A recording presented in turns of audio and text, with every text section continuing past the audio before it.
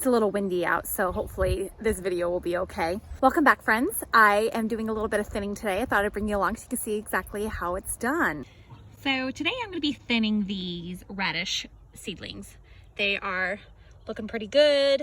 Got a nice row there. So I'm getting really close here so you can see exactly what the radishes look like. These leaves right here are called cotyledons. They are the very first leaves that come up when plants emerge from the soil.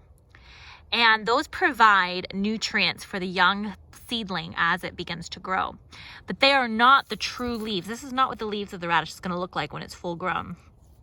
You can see, if I go, I don't know if it'll show, those little leaves right there in the center, those are called true leaves. Those are the leaves of the radish. That is what they look like as they continue to grow. The true leaves, mature leaves. These here, once the radishes gets several pairs of those true leaves, these cotyledons will just kind of die off. But they were the important part to helping establish the plant. When you start seeing the first true leaves here, it is definitely time to start thinning. So an important thing with thinning is to make sure that you're spacing your plants out at the space that is recommended by the seed packet. So these radishes here are these radish French breakfasts. And what I'm looking for is thinning and spacing. You can see they'll give you directions right there. Once the seedlings are established, thin to 1.5 to 2 inches apart. So that's what my plan is. I don't really bring out a ruler. I just kind of space them about 1.5 to 2 inches apart. So right here I have a cluster of radishes. These are definitely too close. So what I'm going to do is I'm going to just pinch up this first one here and just pull it up by the root. You can see it there. Just going to set it right there. So now these are probably, your knuckle is about 1 inch. So these are probably about 1.5 inches apart. So I'm going to leave that there. I think that is just perfect. And I'm going to continue doing that as I go along all the way down the row. So same thing here. Got, these are just probably a little too close. So I'm going to end up pinching this one out. And now we got probably about 2 inches between those two. And you just continue all the way down the row. Sometimes seedlings are really close. You can see these two here are really close together.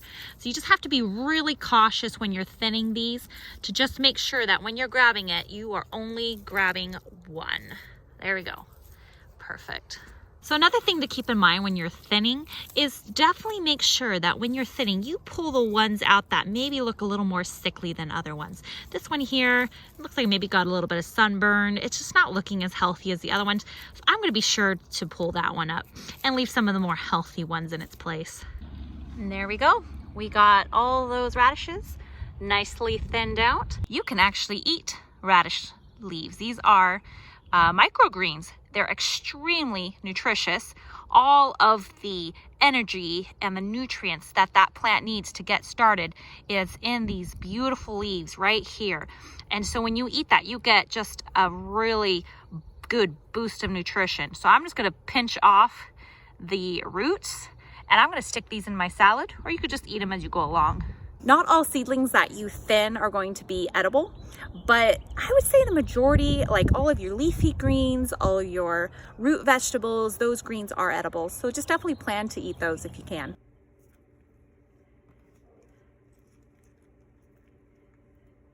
But there we go, my delicious and nutritious garden salad. I added dandelion leaves and kale flowers and then the sprouts I picked from the garden today.